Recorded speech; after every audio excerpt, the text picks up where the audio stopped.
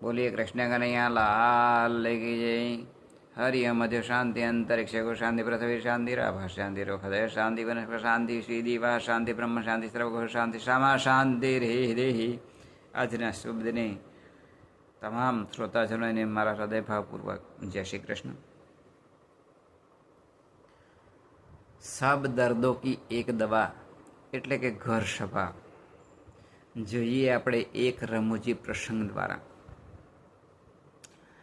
એક વખત એક નગરની અંદર એક વૈદ્યરાજ રહેતા હતા, એટલે કે એક ડૉક્ટર હતા। હવે આ જે ડૉક્ટર છે એણે બોર્ડ મારેલું, સબ દર્દો કી એક દવા। હવે એ નગરની અંદર ઘણા બધા માણસો રહેતા હતા, અલગ અલગ જ્ઞાતિના માણસો પણ રહેતા હતા।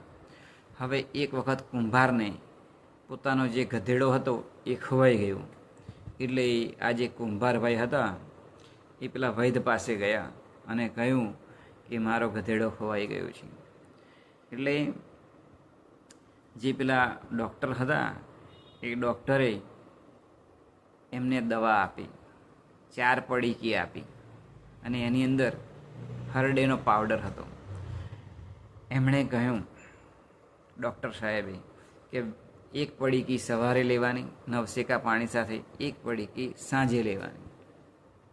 હવે આ જે કુંભારભાઈ હતા એમણે પહેલા દિવસે પડીકી લીધી એટલે સીધા એમને ઝાડે ફરવાનું થયું એટલે તળાવે ગયા, પાછા ઘેર આવ્યા, પાછા ફરથી જેવું થયું એટલે પાછા તળાવે ગયા।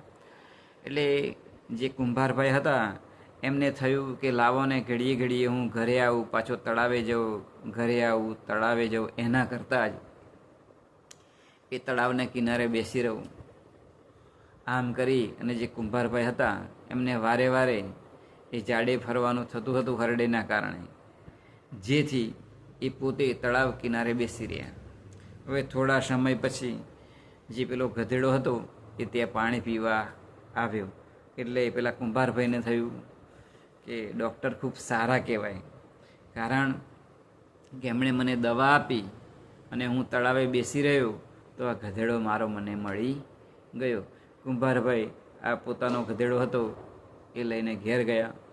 આખા નગરની અંદર વાત ફેલાઈ ગઈ કે સબ દર્દો કી એક દવા આપણા નગરની અંદર જે ડૉક્ટર આવ્યા છે તે આપે છે। જોગાનો જોગ બન્યું એવું કે એ નગરની અંદર જે રાજા રહેતા હતા એ રાજાના રાણી બંનેને ઝઘડો થયો।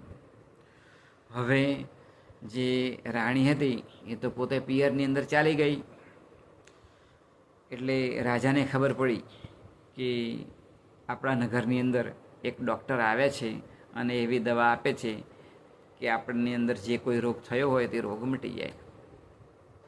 એટલે રાજાએ એ ડૉક્ટરની તલાશ કરાવી, પ્રધાનને મોકલ્યો અને કહેવડાવ્યું કે જે ડૉક્ટર છે એમને આપણા એમ કે મહેલની અંદર બોલાવો। એટલે જે પેલા ડૉક્ટર હતા એ રાજા પાસે આવ્યા, એટલે ડૉક્ટરે પ્રણામ કર્યા રાજા સાહેબને। ત્યારે વાત કરી કે બોલો, ત્યારે રાજા સાહેબે વાત કરી કે મારી રાણી છે એ રિસાઈને જતી રહી છે, માટે તમે મને દવા આપો, કારણ કે તમે ખૂબ સારા ડૉક્ટર છો, સબ દર્દો કી એક દવા આપો છો એવું મેં સાંભળ્યું છે અને આખા નગરની અંદર પણ ઘણા બધા નગરજનો આપના ખૂબ વખાણ કરે છે। એટલે આ જે ડૉક્ટર હતા એમણે 4 પડીકી હરડેની આપી અને રાજા સાહેબને કહ્યું કે તમારે આ 1 પડીકી નવસેકા પાણી સાથે સવારે લેવાની, 1 સાંજે લેવાની। આમ 4 પડીકી આપી એટલે જે રાજા હતા એમને ઝાડા થઈ ગયા અને શરીરની અંદરથી ખૂબ પાણી ઓછું થઈ ગયું, એટલે પોતે ખૂબ લૂઝ થઈ ગયા, એટલે પોતે પોતાના પલંગની અંદરથી ઊભા થઈ શકે એટલી શક્તિ પણ રહી નહીં। હવે આજુબાજુથી માણસો બધા જે હતા એ બધા જોવા આવે કે રાજા ખૂબ બીમાર છે, રાજા ખૂબ બીમાર છે, એટલે નગરજનો જોવા આવે। આમ કરતાં કરતાં જે રાણી હતી અને પિયરે ગઈ હતી ત્યાં પણ ખબર પડે છે કે રાજા ખૂબ બીમાર છે, હવે તો કદાચ લાંબુ જીવન એ જીવી પણ નહીં શકે. એટલે રાણીને મનની અંદર વિચાર આવ્યો કે મારે પણ એમ કે રાજાની ખબર લેવા જવી જોઈએ. પરંતુ મોટા ઉપાડે ઝઘડો કરેલો એટલે મનની અંદર થતું કે હું શાની જાવ એમ, એવું મનની અંદર થતું. પરંતુ છતાં પણ રાણીએ પોતાના મનને મનાવી લીધું કે ના, આટલા બધા માણસો જો નગરજનોના જતા હોય ખબર લેવા તો મારે તો જવું જ જોઈએ. આમ કરી અને રાણી પોતે એ રાજમહેલની અંદર રાજાની ખબર લેવા આવે છે.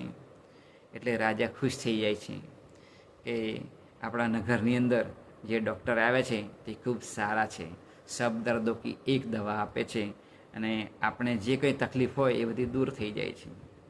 આ મૂળ દૃષ્ટાંત દ્વારા સિદ્ધાંત સમજવાનો છે કે દરેક કુટુંબની અંદર જો ઘર સભા કરવામાં આવે તો ખરેખર કુટુંબની અંદર જે કંઈ ઝઘડાઓ થાય છે સ્વભાવોના કારણે, જે સ્વભાવો ટકરાય છે એના કારણે કુટુંબની અંદર જે કંઈ ઝઘડા થાય છે તે બધા ઝઘડા ધીમે ધીમે ઓછા થાય.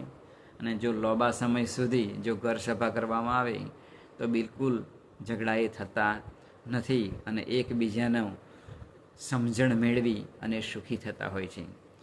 માટે દરેક વ્યક્તિએ પોતપોતાના ધર્મ પ્રમાણે ધર્મગ્રંથો લાવી અને રાત્રિના સમયે જો 15 મિનિટ એનું વાંચન કરવામાં આવે તો એકબીજાના જે સ્વભાવો છે એ ટળી જાય અને દરેકને સુખ શાંતિ થાય.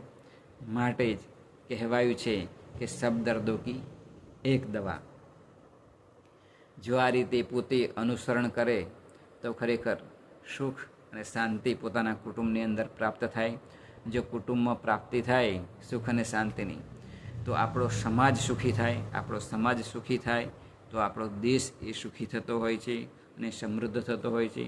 માટે આપણે આપણા ઘરની અંદર સબ દર્દો કી એક દવા એટલે કે ઘર સભા શરૂ કરવી જોઈએ. એ જ આજના શુભ દિને પ્રાર્થના બોલીએ. કૃષ્ણ કનૈયા લાલ લગી જાય.